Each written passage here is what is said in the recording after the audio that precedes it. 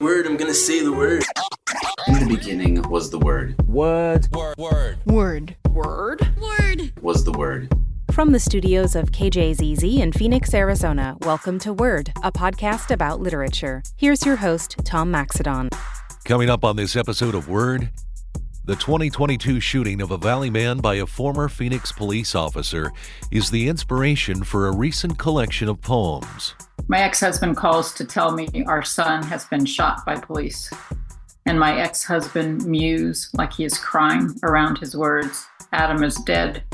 Plus, we'll talk with the author of a new book of climate fiction short stories. I'm really kind of doing a different thing with my stories.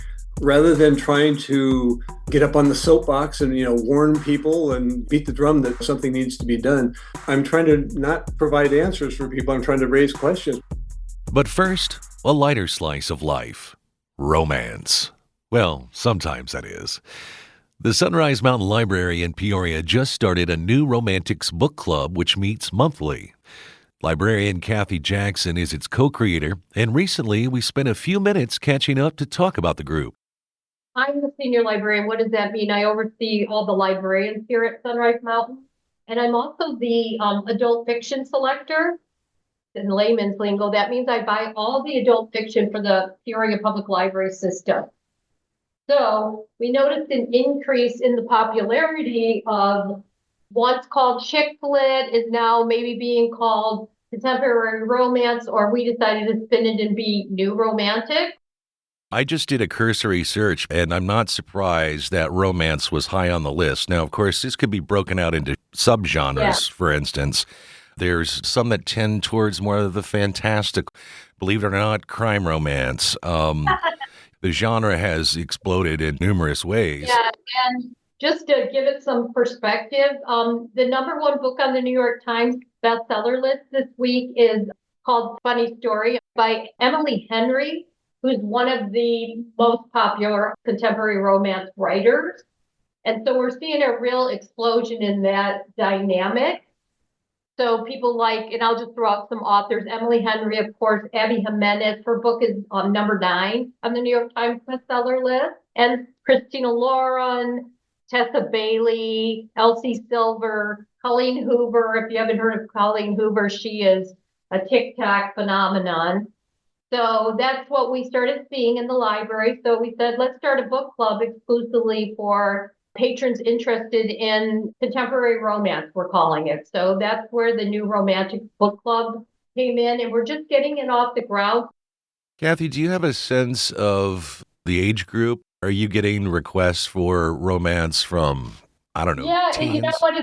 Yes, I was just going to say that. So lately, in fact, just last week, there was a young lady in here. She was about 16, and she was asking, well, I want something a little more spicy.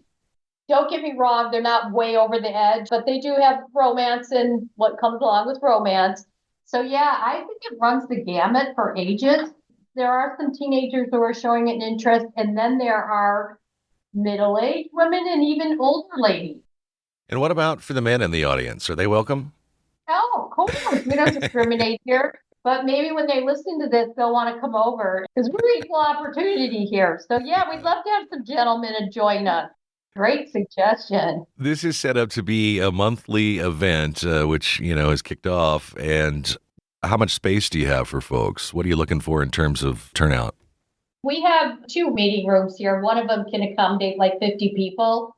So we haven't had those numbers yet, but hey, who knows, that could happen. So we have plenty of room. We're looking at, providing some refreshments. And I even thought down the line, maybe we could have a food theme that went with our books. So again, we're just getting started. So this is fantastic to get the word out. We're up in North Peoria, but anybody in the area is welcome to join us. For pure enjoyment, I think folks like to get together and talk about things, but it's also a community builder, and it's also just a way for people to catch up with their neighbors and the rest of their community and check in on their well-being. Yeah, it's a socialization thing for sure as well. So talk about books, chit-chat about other things. It's pretty open. Kathy, I want to thank you so much for coming to Word and talking to us about the new Romantics Book Club. We really appreciate your time. Everybody come on over and join us. We're a lot of fun. You can find out a bit more about the New Romantics Book Club on our website, word.kjzz.org. Coming up, from romance to heartbreak, as the 2022 shooting of a Valley man by a former Phoenix police officer inspires a collection of poems. I'm Tom Maxidon, and you're listening to Word, a KJZZ podcast about literature.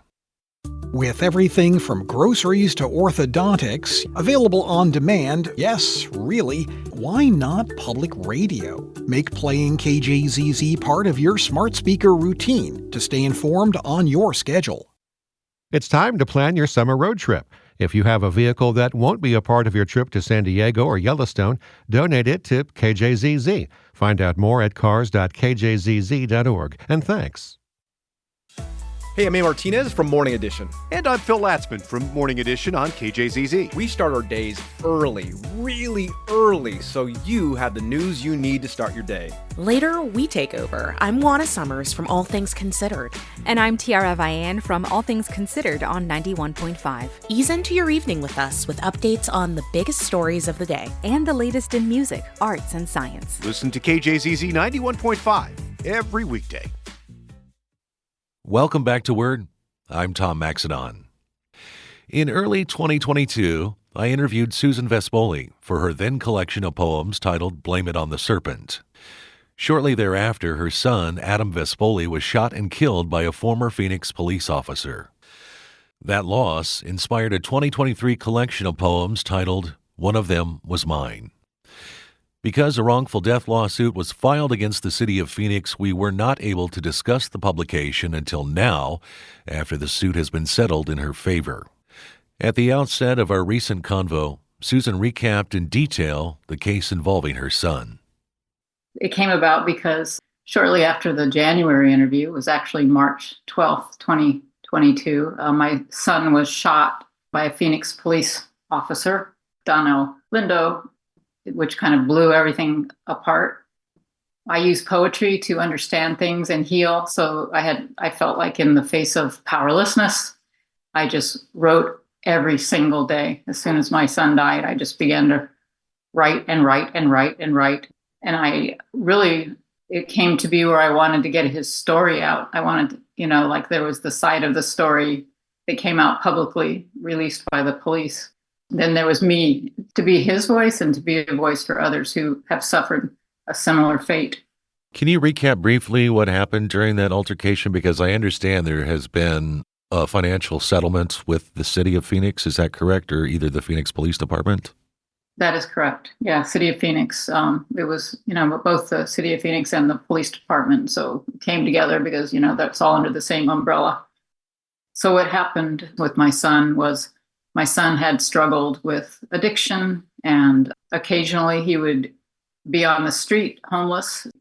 Since the first book was written, which was all about addiction, and even in that book, there was a part about he found religion and he began to work in a food bank at a church and really found his way that way. And then he was trying to help people on the street, that had been hopeless like him. He was trying to tell them what they could do, to save themselves. So at one point he was on the street. That was the night before he was killed.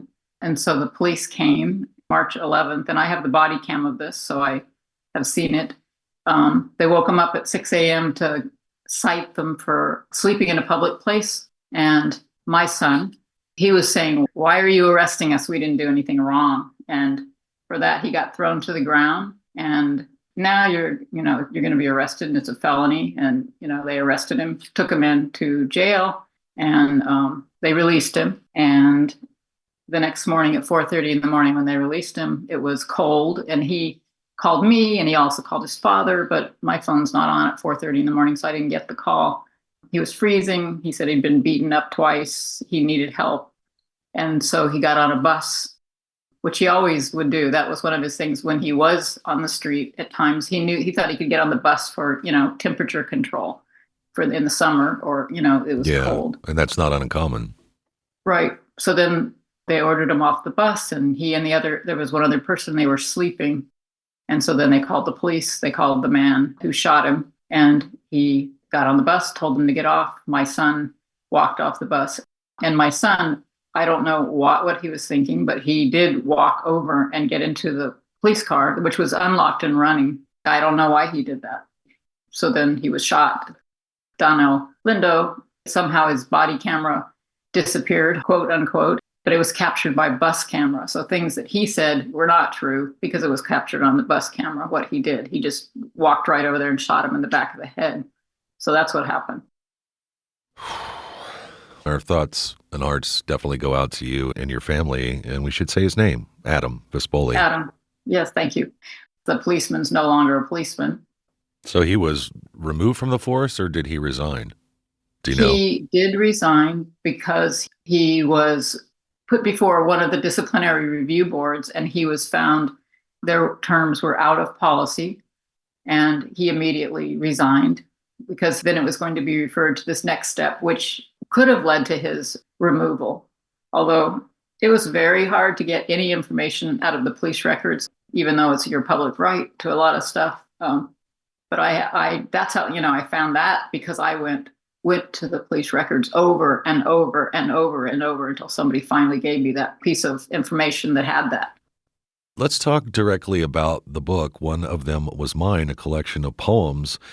There's some heartbreaking descriptions on the back.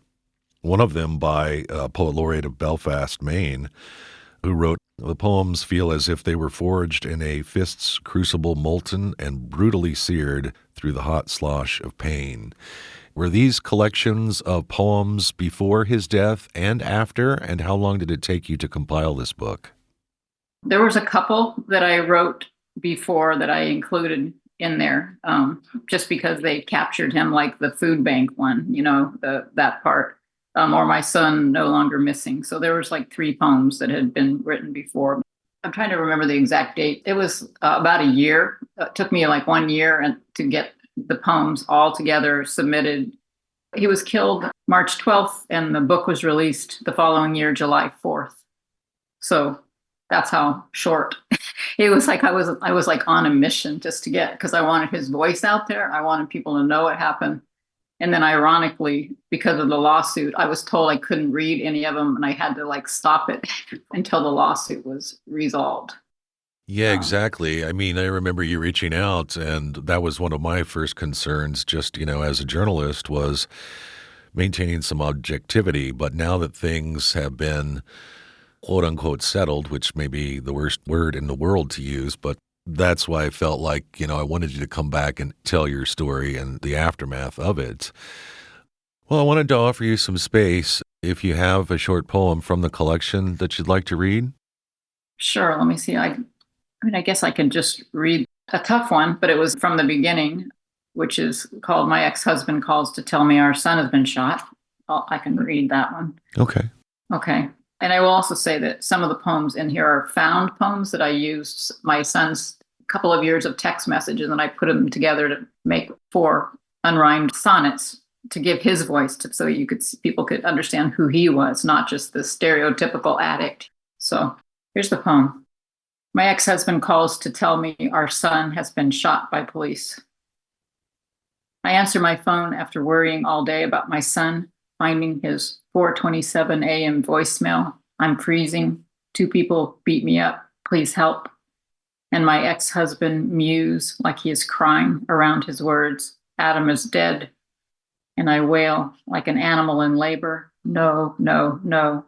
Into the air above my 6-year-old granddaughter, who is crouched behind the leather arm of a sofa.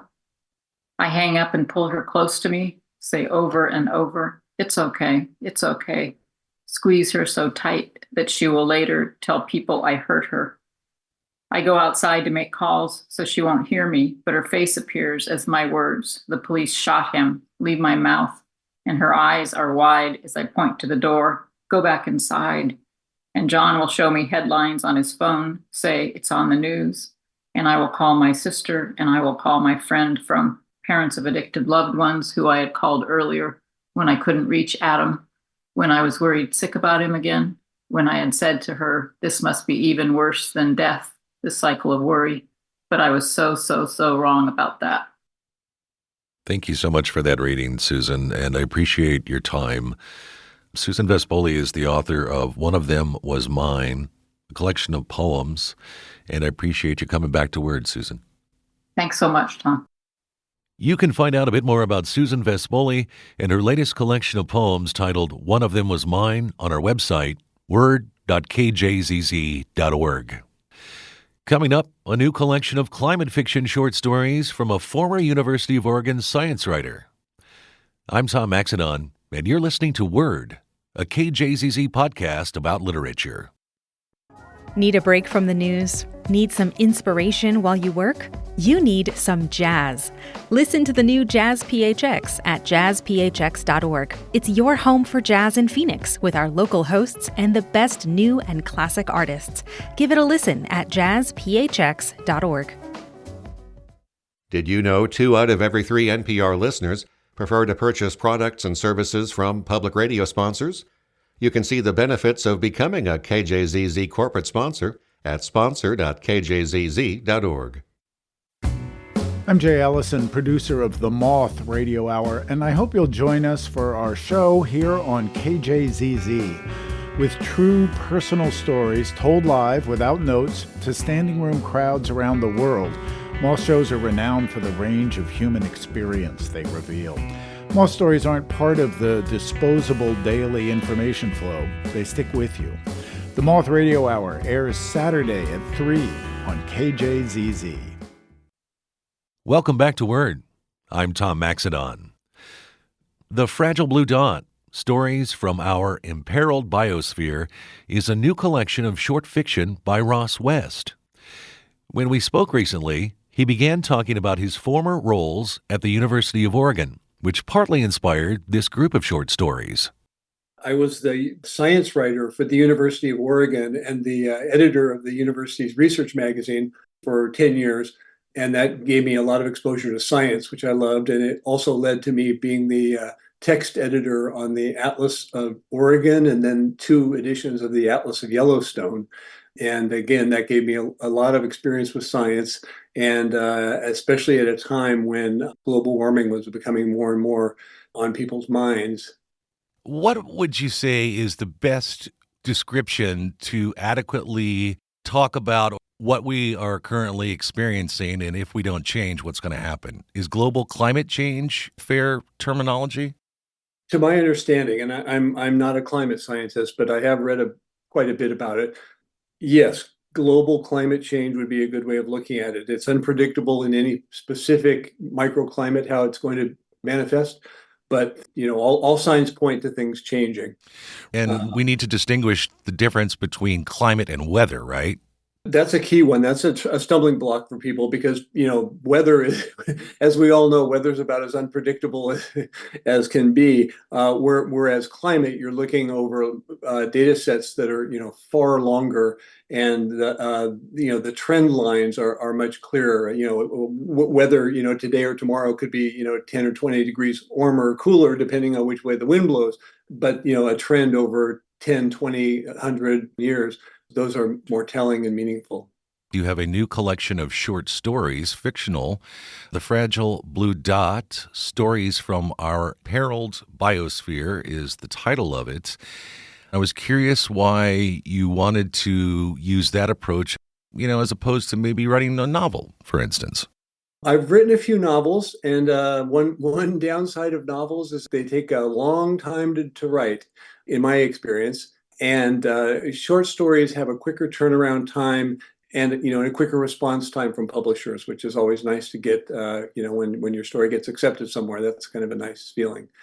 Why I chose that as the way of addressing climate change is that, I've read quite a few Cli-Fi books, as they're known. In a novel, you take on a set of characters and maybe a topic, and you explore it and explore it and explore it. My interest is more that we're all living in this age when the media is coming at us with these dire warnings about what's going on and how cataclysmic this could be. We're sort of running a psych experiment on ourselves that's never been run before, in the sense of what happens when you tell people that there's an existential threat looming closer and closer and closer, unlike any one that we've ever faced before. Wow, what a beautiful description of that. I've never heard it described that way. And you kind of anticipated my next question, which is, of course, much of climate fiction, or Cli-Fi, as you say, is dystopic by its very nature. After all, we know sort of where we're headed if we don't get greenhouse emissions under control, for instance. How do you balance this fact with maybe some hope in your stories, or do you? I'm really glad that you added the "or do you" on the end, because I'm really kind of doing a different thing with my stories. Rather than trying to get up on the soapbox and, warn people and, beat the drum that, something needs to be done. That's not what my intention is at all. My intention is that, this is the era that we live in, and likely are going to be living in for quite a while. This era of, heightened sense of global warming, global climate change, potential gloom and doom, potential dystopian futures. I came out of a kind of a funny mix of liberal arts and science. My interest a lot of is literary, in the sense of using literature to explore how people deal with the situations in which they find themselves. And the situation that we are finding ourselves in, and like I said, likely will for quite a while, is one where we're on a perilous journey towards, potentially devastating and cataclysmic climate change. What does that mean for the guy who gets laid off from the coal-fired power plant? What does that mean to the parents whose little girl decides that she wants to become the American Greta? Those are very real sort of situations, and that's what we're dealing with. And I'm trying to not provide answers for people. I'm trying to raise questions. Well, gee, what if, and what about, and how would that person feel? How would I feel if I was in that situation? Sure. And maybe that situation is coming my way. What am I going to do when it gets here? That was more the territory that I was trying to cover. And of course, you're talking about Greta Thunberg. You mentioned your background as an academic, and I'm wondering about the writing process that might be different in fiction, but also what things are similar. Of course, deadlines might be one thing that might be a similarity. What are some others, and then some differences briefly? The fiction stories they're certainly not a deadline. In writing about something which is, say in a science story, to write about green chemistry or, something like that, which I've written about plenty. Those kind of things, you're just telling a story about what's actually going on out there, what researchers are doing, what are the potential applications. It's a very straightforward thing. Fiction is sort of a mysterious thing. People talk about the muse. Sometimes I find a story that I get excited about, and other times I sort of stare at the page and think, I hope I have another idea someday. There's a lot more craft, I believe, that goes into my fiction writing than into a nonfiction piece, because by its very nature, literary writing is sort of a different creature, and there's higher expectations for it. Or I certainly, as a writer, have higher expectations for what I produce. Also, I would think language choice in some cases, because I'm curious about the audience and the age that you're writing for in this book of short stories. Exactly. Suiting the level of the language to the story, particularly to the characters in the story. Some of the characters in the story are children, and children have different sort of ways of expressing their thoughts. For example, I have one of the characters in one of the stories was the guy who was charged by the United Nations to come up with the comprehensive United Nations response to global climate change.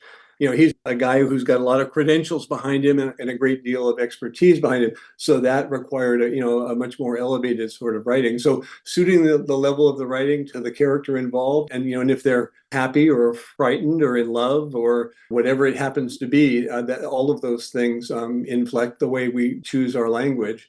And then I try to reflect that as the writer. Ross West is author of The Fragile Blue Dot, Stories from Our Imperiled Biosphere. It's a collection of short stories. Ross, thank you so much for coming to Word. I appreciate your time. Thank you so much, Tom. Pleasure to be here. You can find out a bit more about The Fragile Blue Dot, Stories from Our Imperiled Biosphere by Ross West. Just go to our website, word.kjzz.org. This program is made possible by the financial support of listeners like you who make monthly contributions as sustaining members of KJZZ. If you haven't made your gift of support yet, or simply can't remember the last time you did, that's okay. There's a link on our website for how to do so. Please consider a gift of $5, $10, or maybe even $30 per month to help fund the fact-based journalism, in-depth conversation about the news, and programs like Word. I'm Tom Maxedon, and we're back later this month with another series of literary convos. Thanks so much for listening and for supporting public radio. Word. Word? Word was the word. Thanks for listening to Word, a KJZZ podcast about literature. You can find all episodes online at word.kjzz.org or wherever you get your podcasts.